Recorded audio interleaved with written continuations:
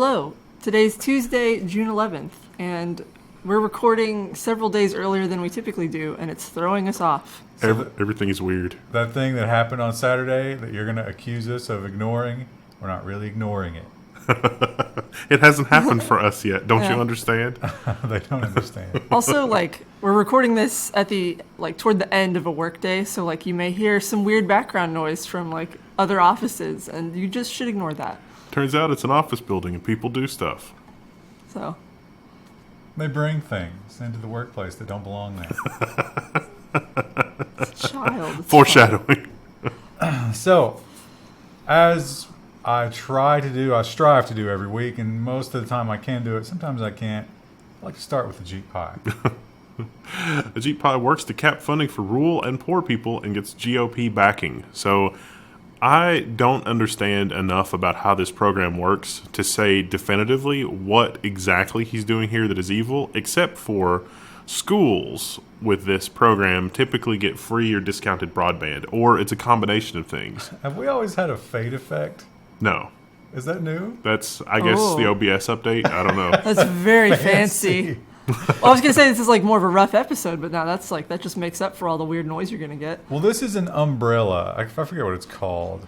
But this is more than one program. Universal Service Fund, but there's something else too, right?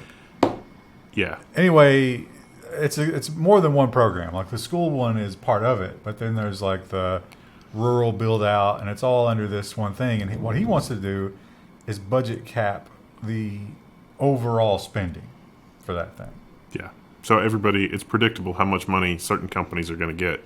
Because right now, if you're a rural company and you show that you're bleeding cash, then you can get more of a reimbursement than, say, a fat cat company in New York City that really didn't do as much, and chances are they're probably cooking the books anyway. Now here's the question, right? We have companies who are doing nothing. So is giving them less money to do nothing better? Or will it cause them to go into a negative amount of doing things? Actually regressing on what services they provide. Yeah, so I'm not sure how this is going to happen. The Democrats, this is a partisan vote, as usual, in the FCC. 3 Republicans and the 2 Democrats have said no, but it doesn't matter. So they're condemning it, saying it's affecting poor people and people of color, and the usual dogma with one of these decisions. The elderly. And we'll see, I guess.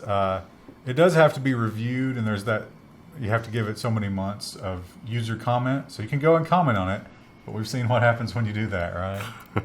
The spam bots. They definitely look at all of that feedback and take it seriously. So, right, exactly. Worth your time. And speaking of those giant telecommunications companies and how they screw the little guy. Verizon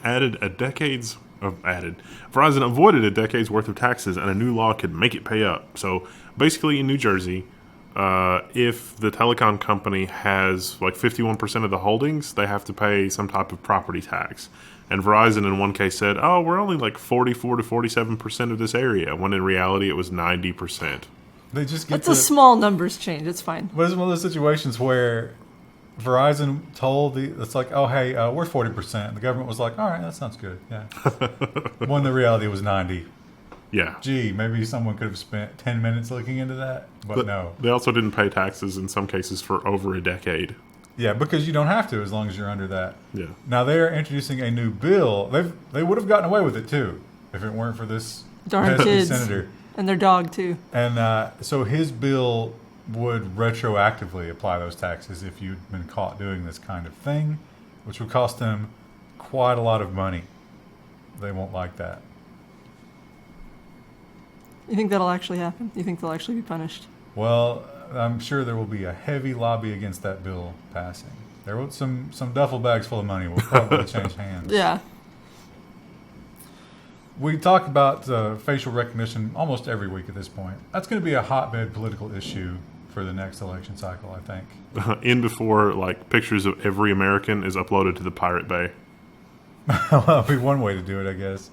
But then, wouldn't stop the government from using them, right? Mm-hmm. It would just it really doesn't help us against the tyrannical government if we also have the pictures. Yeah. Let's probably read the headline.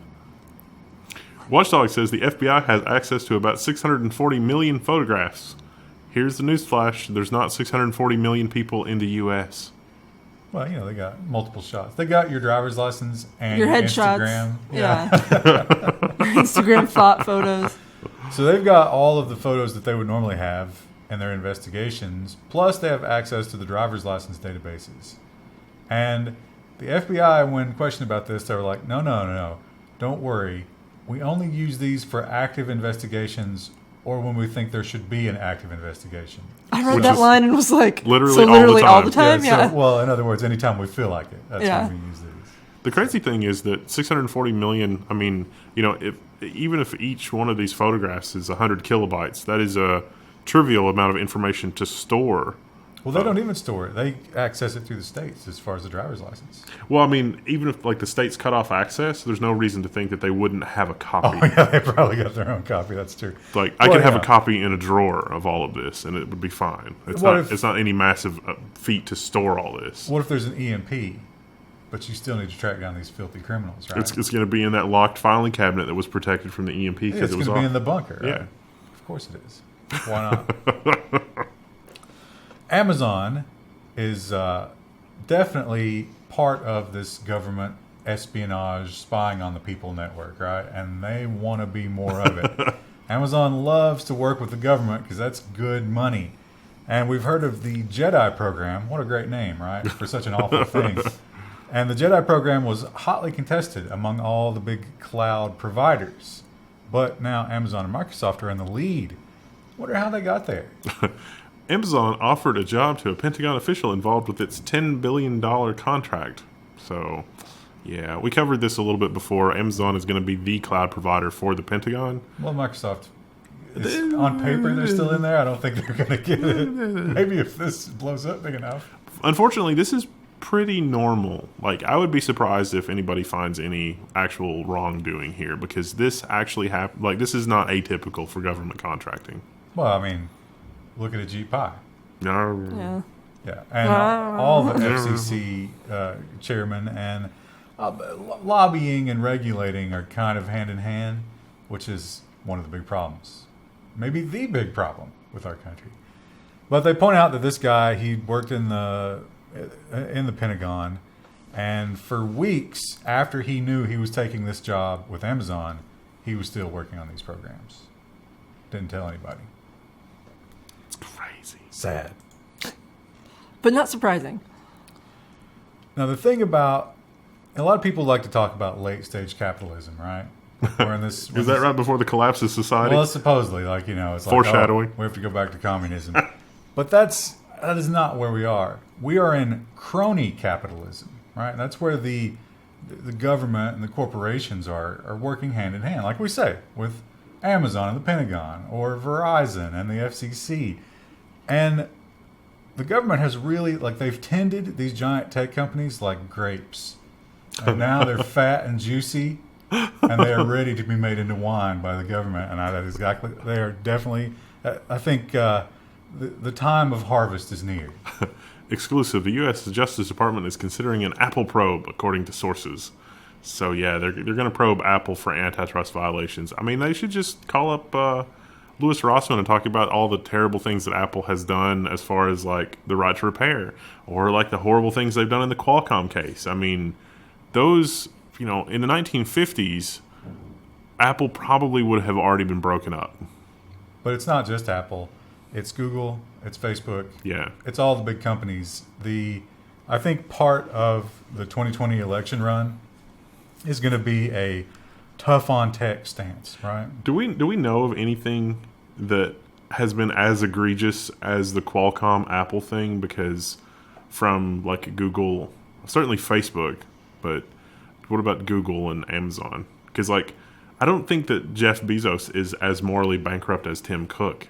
Is that possible? I think Bezos is X'd out.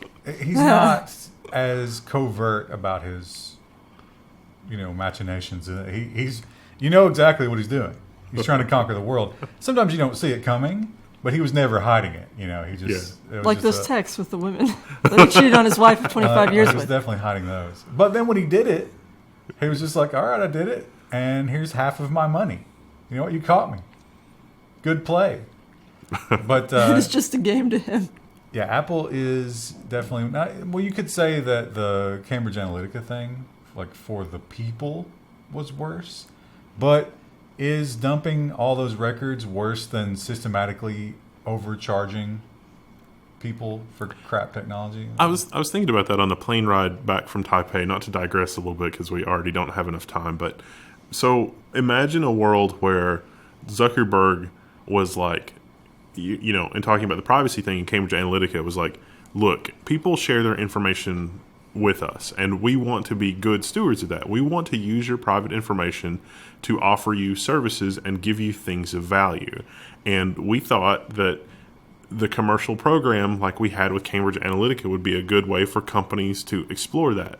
What we didn't realize was that that exploitation would be largely a one-way direction. Like they would exploit that information and be manipulative and not actually give anything of value in return to the users. Like, we want to collect your private data and we want all of your stuff, but we want to actually provide value to the end user. Like, he didn't do that. Like, he was just like, no, this is terrible. We should not do this, which I think is more dishonest than what I outlined. But I think that if, like, that's how Bezos acts, is like, this is what we're going to do. It's like, okay, that makes sense. Yeah. But Zuckerberg is more like, oh, no, you know, we've got to be better as a company. And it's like, there's a difference there. We're going to crush our competition. We're going to destroy your communities. And we're going to buy the husks and convert them into our own warehouses. But we're going to get you that package in one day. And I'm sitting here like, Yeah, I do like that. I can live with that. I got to admit. Although, you know, you talk about Facebook, and what about the fact that iTunes was also harvesting and selling your data? Yeah. Yeah. And then, of course, we're going And to now talk it's getting about shut down. Gmail. Yeah, Gmail's doing some bad stuff. I mean, they're kind of all doing the same thing. Privacy, as we have learned, is the new mantra, not just of Facebook, but also of Apple. Yeah. Apple has now announced a privacy push, which, you know, who is, which one is worse, you know, in terms of, which company is against privacy as much as they're talking about being for it? I see something different coming from this article, but the headline is that New York State is pushing one of the strictest privacy bills in the nation. And that's cool, and you talk about it, and you talk about Google and Facebook and all the other stuff. The reality here, though, is that privacy is becoming political cannon fodder, and no one is actually taking privacy seriously. Is there any, between the leaks and the hacks and the ransomwares, is there any future where privacy can actually be something someone sells us? I don't think so. I think that privacy as like that kind of a commodity, it would be like somebody selling you money. It's like, it's like, you give me $100 and I will give you $85. Okay, So Bitcoin.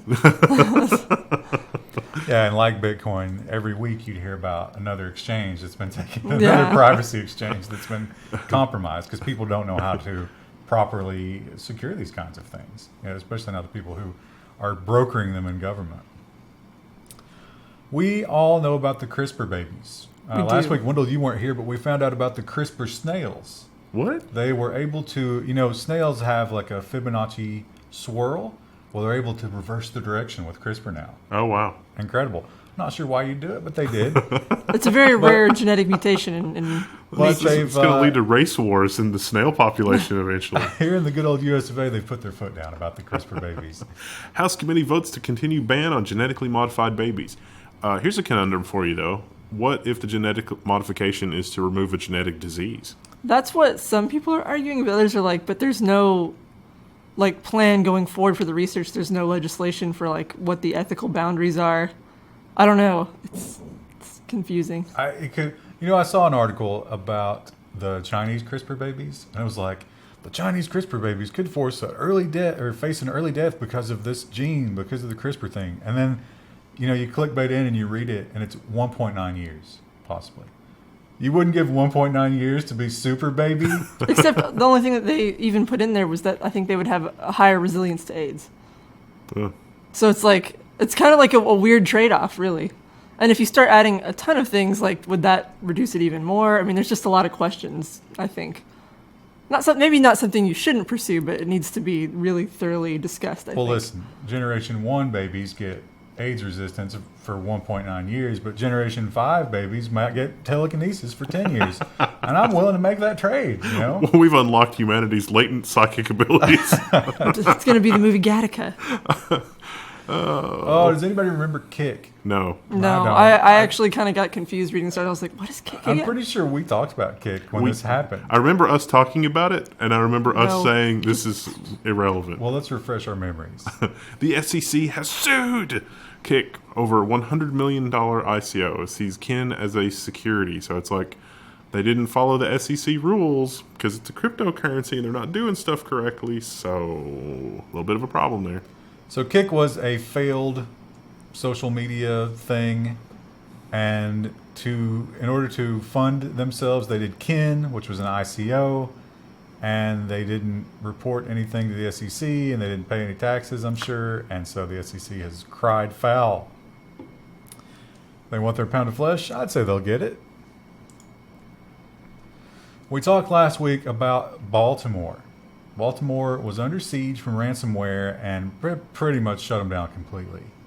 Usually, when you get ransomware, the ransomers are very quiet about it because they just want to get their money and get out of there. They're not looking for any recognition. But these guys not. These guys are playing a different route.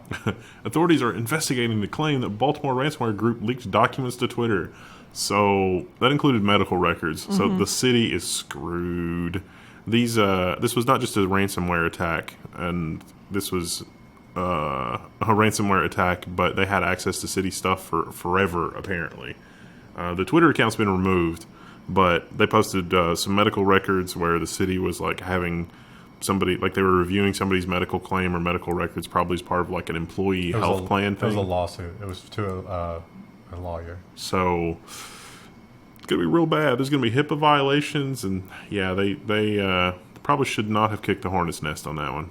They said the woman in question did not respond for comments, which means her attorney is telling her, no, don't talk about this because you just won a lottery. Now, the reason they're probably doing this is because the mayor of Baltimore has been adamant he will not pay the ransom. They're looking for $76,000, which might be less now that Bitcoin has crashed. And they estimate that the cost to recover from this is going to be $18 million. Oh, That's weird math. I mean, I understand not negotiating with terrorists, but that's a big difference. That is a big difference. Julian Assange, there have been reports that he's very ill. I wonder if there's any truth to that. he is in jail for skipping bail. It should be noted. But he did not attend one of his hearings because they say that he is very sick. I don't know what's wrong with him. But he waits in limbo to find out if he will be extradited to the United States. But the U.S. prosecutors have made a very weird decision. Assange is not going to face charges over his role in the devastating CIA leak. So, WikiLeaks posted copies of tools that the CIA used to break into computers. It's a little bit of an open secret. The article says that the leak was how a lot of nation-state actors got access to the CIA tools, but other sources have said that like Russia and the Saudi Arabia and the Five Eyes countries and everybody else already had access to these tools, so this leak wasn't really any big deal. But the CIA, the article speculates that the CIA is not going to bother with this because it would just raise more questions, and they already arrested a specific individual for the leak who has pled not guilty. And they might have to expose even more of their stuff in the discovery. Interestingly, as we talked about last week, one of those tools is what got Baltimore. Yeah. Ouch. Now, they are still going to charge him with the Manning thing. Well, that's not the CIA. That's somebody else. But I'm saying, like, he's not off the hook. Oh, yeah. He's just not going to get the... he's going to be Espionage Act charges. Which is baffling. But not these treason charges. So, interesting. Something tells me that they will still get their man, unfortunately. He'll just get poloniumed. It's like, oh, he died of natural causes. At the bottom of an elevator shaft. Onto some bullets. Oh, just some bullets. Shot himself in the back of the head twice. Yeah. As people in his position often do. Google doesn't just face problems here at home, as we talked about Apple, but Google is part of that antitrust. The government's going after all the big names. But you got to say that, as great as America is, we are sort of following in this instance because the EU did it first. Google appeals its $1.7 billion EU AdSense antitrust fine. This is the one that we talked about where the EU, they actually made a lot of changes to AdSense, and from our armchair position, it looked like Google was actually honestly trying to comply with what the EU wanted. You said, "Don't care, pay me, give us our money." But yeah, they changed how the search results are displayed and took off some of their stuff and where it appeared. And yeah, they really did make changes, but hey, not good enough according to the EU. The EU has a dark secret about There's more than one dark secret, as it Yeah. turns certain out. embassy, and you're thinking, "Oh, are we talking about Julian Assange?" No, we're not. The EU's embassy in Russia was hacked, but the EU kept it a secret.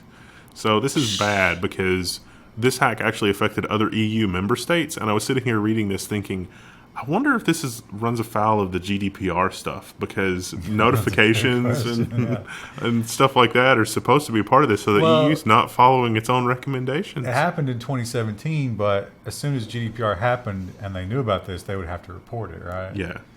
So they actually don't know what they lost. They know they lost something, but 2 machines were affected, and you get the impression those machines had access to... Article says it was advanced, it was a persistent connection, so they could have been in there for months gathering whatever. And they know they did definitely get data, and they had access, so you assume the worst in that situation. From GDPR standpoint, you have to assume the worst, right, legally? Well, I'm sure EU will forgive EU. Well, it's not just about the EU; it's about the people who might have been affected. Well, we'll just forgive them and forget about it. It'll What be if fine. you're a spy in Russia, and the Russian embassy would obviously be, would have your name, and then Putin finds out about you, and you take the Polonium Express? That's probably what happened to some people. Yeah, so that could be a bit of a lawsuit there, right? Russia has also made the decision that they don't trust foreign companies, which, that sounds familiar? And the way they deal with it, rather than ban them, is they demand that these companies make data available to Russian law enforcement on request. And now you can add another name to the list. Tinder. It's Tinder. This was surprising. Russia says Tinder must share user data and private messages. So if we were playing Family Feud and it was like survey says and the number one answer was Tinder, I would not have guessed that. Yeah. Swipe right to share user data. Is it right if you're a... Right is yes and left is no, right? Okay. I think. That sounds right. So Do you when know? asked, because like you say, it's surprising, and you wonder, would they ever even need this? When asked that, their official response was, there is a request pending. So at least once, they do want Tinder data.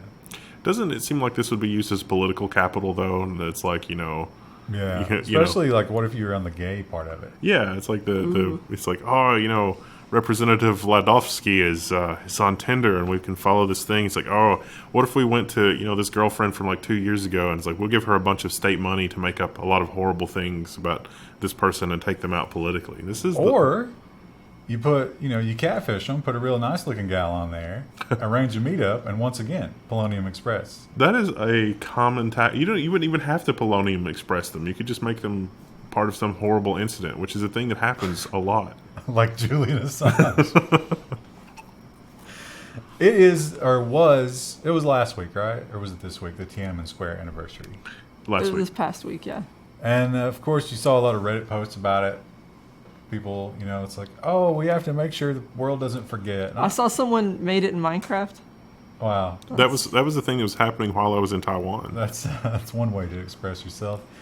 But China and the Chinese government in particular are adamant that this never happened, which is a weird belief that you can sort of, emperor's new clothes.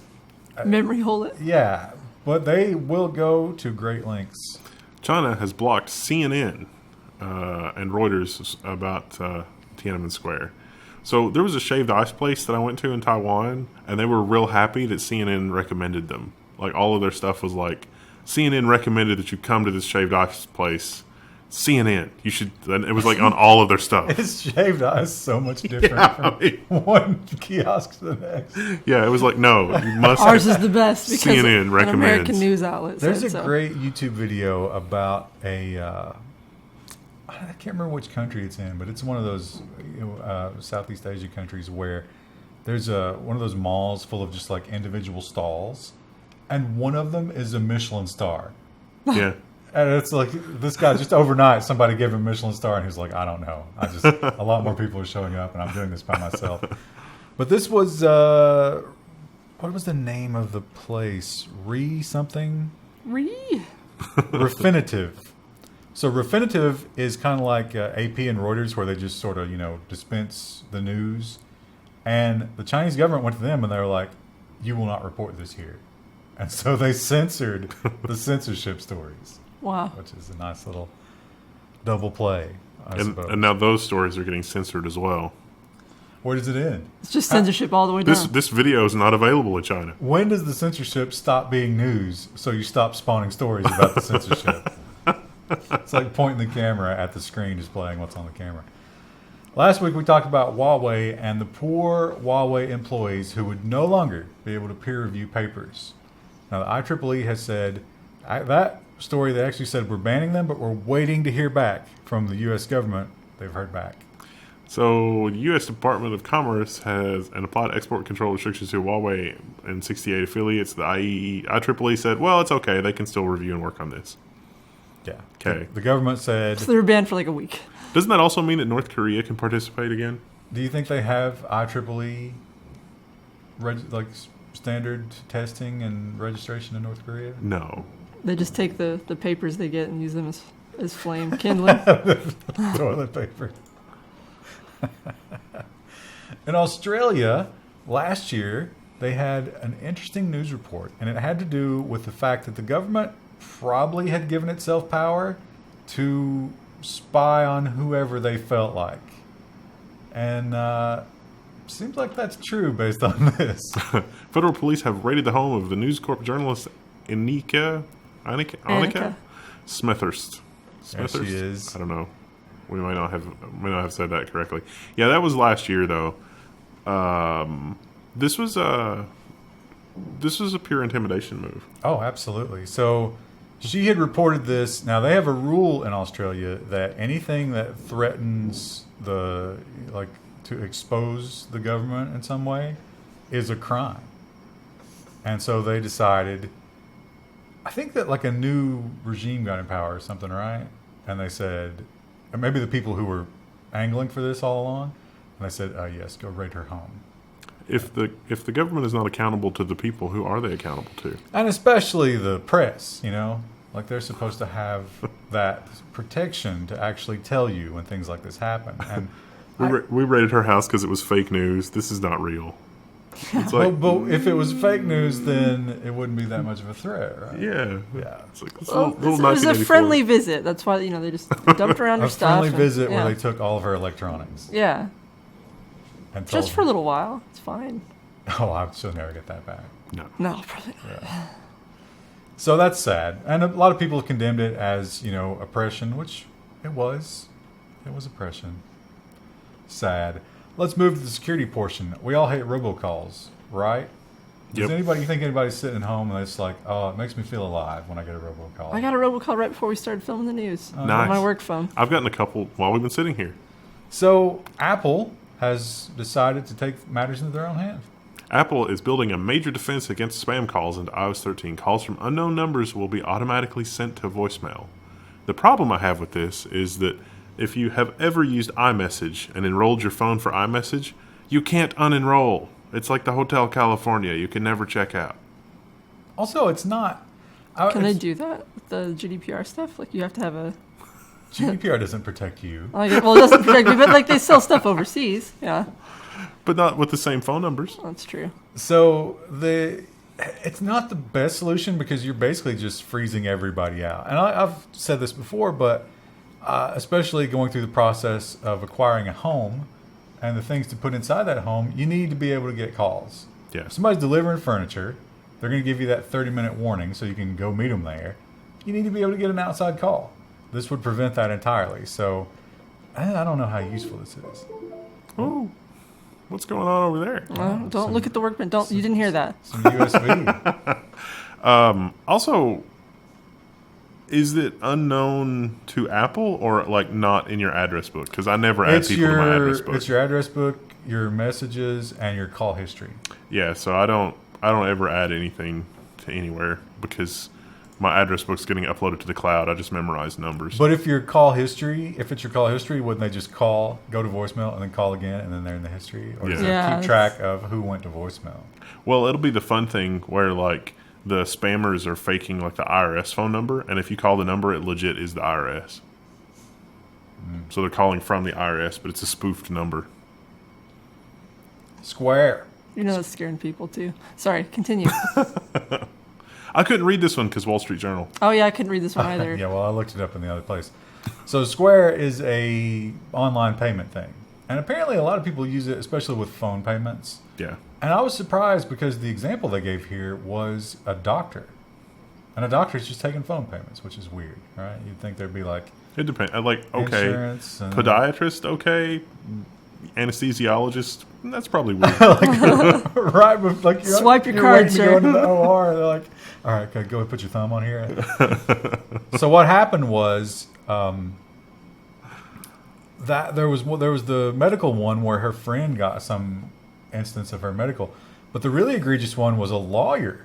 This woman paid a divorce attorney, and they sent the receipt to one of her friends, and she was keeping the divorce a secret from everybody.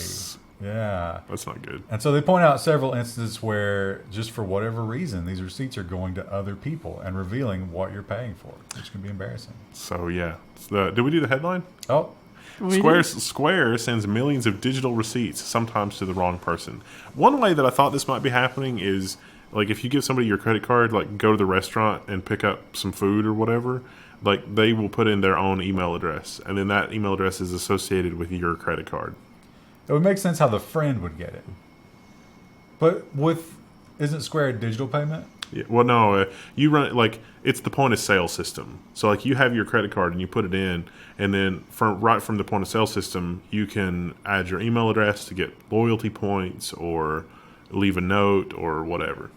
But then once that credit card is associated with that email address, that is true of any merchant that sees your credit card. What I'm amazed is that people put their email into anything like that. Well, like he says, like a rewards program. Yeah. Yeah. Have you ever had people come up to you at Kroger and be like, hey, will you scan your card for my purchases?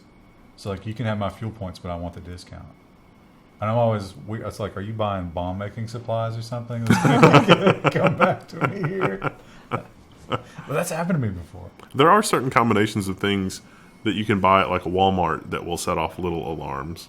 Yeah, so you see their shopping cart, it's full of bleach and ammonia. Yeah. Oh, no, we're just cleaning. Yeah, just listen for the point of sale when it does that. When I worked at a grocery They have store, to, like, people enter used to share something. cards. That wasn't too strange. But like a total stranger, just Yeah. asking you to scan. Like, sometimes people would be in line and someone forgot, their loyalty card, and they would ask the person behind, "Oh, can I use yours?" Most of the time, people were fine with that. See, I think that's a risk. I mean, I grew up in a very small town, though, so. It's actually also a good way to get somebody's mobile phone number, a lot of the loyalty programs, because you can be like, oh, I forgot my thing. Can you look me up? And they will look up your name and then give you a phone number. And it's like, oh, yeah, that's my number. So it's usually associated with a mobile number or something like that, which is bad. Stalker tips. And when it comes to losing your data in terms of medical procedures, it's not just Square that's leaking them. Quest Diagnostics says up to 12 million patients may have had financial, medical, and personal information breached. Well, I've got some bad news for Quest. Unless their insurance was really good, that fine probably going to put them out of business. Well, it was the old third party. This was like an accounting firm or something. So Hope the accounting firm's insurance is good. Yeah. it's interesting. They didn't have the actual results. This is a blood testing company. So you'd send in your blood to be tested by Quest and then send it back. They didn't have the results of your actual blood test. But this firm had everything else. Your financials, your other medical history, and you got to wonder, why would they need all that information? Well, sometimes the drug test shows up positive, but then if they look at your medical history and it's like, oh, you've got gene marker, whatever, it's like, that's a thing. Seems like we could take care of that in some other way than just blanketing them with data. You know, like maybe just make a phone call when that happens 1 in 10,000 times. The job market. It's supposed to be really good, right? I mean, we're supposed to be in a good place as far as the economy, but At least if you work in technology. If you're in any other sector, things are really bleak. if you're in any other sector, technology's taking your jobs. But empirically, Sorry. it seems like a lot of people are having trouble finding jobs, especially college graduates. And that's what makes this a ripe place to scam. How a remote tech writing gig proved to be an old school scam. Request to interview via Hangouts was odd, and then came questions about electronic deposits. So basically, this is just a long roundabout ruse to get your banking information, which can then be used to steal money from you. They went as far as to, this was going to be a remote position. This guy was a copywriter and an editor. And this was going to be a totally remote position where he was going to be writing for some company. And it was a real company. They had no idea this was happening. You know, the scammer just chose them. They sent him checks to set up his home office because he was going to be a remote worker. And I think when he deposited that check, which was another scam, they were local businesses they were scamming to, do that with, then he was going to send back his bank account information to confirm. And that's where they would get him. He figured it out, turned him into the FBI, and the FBI said, you know what, we never catch these guys. We only have the database of like 640 whatever images Yeah, really? that we can use at any time, but this is just... If you host your own email server, you should live in fear. It's Patch Tuesday. So this is a new remote code execution vulnerability that impacts nearly half the internet's email servers. It's Exum. If you don't have 4.92 on Exum, you've got problems. Go update. It's funny because you have to leak this in over 7 days. So it's like 1 byte per hour or something like that. I don't know why it works like that, but and also how do you figure that out? But you can be sure because it's easy to scan what's vulnerable to this. Some people are currently on like day 3, so That's bad. look into it. And finally, let's talk about Google. And I alluded to this earlier. We talked about Facebook, Cambridge Analytica, obviously. Apple, you got your iTunes data. They're selling it. They're parsing it. But Google's doing something that is kind of hidden in plain sight, but just so wonderfully evil.